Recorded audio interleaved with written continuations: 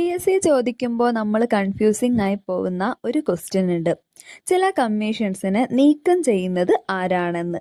സ്റ്റേറ്റിലെ ചില കമ്മീഷൻസിനെ നിയമിക്കുന്നത് ഗവർണർ ആണെങ്കിൽ കൂടിയിട്ട് അവരെ നീക്കം ചെയ്യുന്നത് പ്രസിഡന്റോ സ്റ്റേറ്റ് ഗവൺമെന്റോ അല്ലെങ്കിൽ ഗവർണർ തന്നെയോ ആവാം. അതൊന്ന് നമുക്ക് പഠിച്ചിട്ട് പോവാം.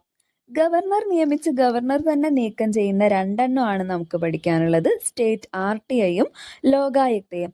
നമ്മളെ സംസ്ഥാന വിവരാവകാശ കമ്മീഷനും ലോകായുക്തയും നീക്കം ചെയ്യുന്നത് ഗവർണർ തന്നെയാണ്. എന്നാൽ ഗവർണർ നിയമിച്ച് പ്രസിഡന്റ് നീക്കം ചെയ്യുന്നവയാണ് സ്റ്റേറ്റ് ഹ്യൂമൻ റൈറ്റ്സ് കമ്മീഷനത്തെ അംഗങ്ങൾ.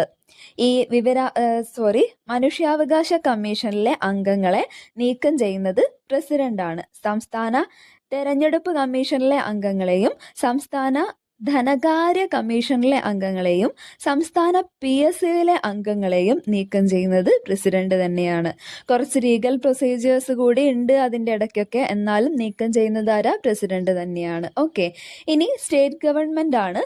സ്റ്റേറ്റ് വുമൻസ് കമ്മീഷൻ, നമ്മളെ വനിതാ കമ്മീഷനെയും അംഗങ്ങളെയും അതേപോലെ സ്റ്റേറ്റിലെ SC/ST കമ്മീഷനെയും ബാലാവകാശ കമ്മീഷനിലെ അംഗങ്ങളെയും അതേപോലെ സ്റ്റേറ്റ് മൈനോറിറ്റി കമ്മീഷനിലെ അംഗങ്ങളെയും നീക്കം ചെയ്യുന്നത് സ്റ്റേറ്റ് ഗവൺമെന്റ് ആണ്. നമ്മളെ സംസ്ഥാന ഗവൺമെന്റ് തന്നെയാണ് സംസ്ഥാന വനിതാ കമ്മീഷനിലെയും സംസ്ഥാന SC/ST കമ്മീഷനിലെയും സംസ്ഥാന ബാലാവകാശ കമ്മീഷനിലെയും സംസ്ഥാന ന്യൂനപക്ഷ കമ്മീഷനിലെയും അംഗങ്ങളെ നീക്കം ചെയ്യുന്നത്. അപ്പോൾ ഓക്കെ ഫ്രണ്ട്സ്, താങ്ക് യു.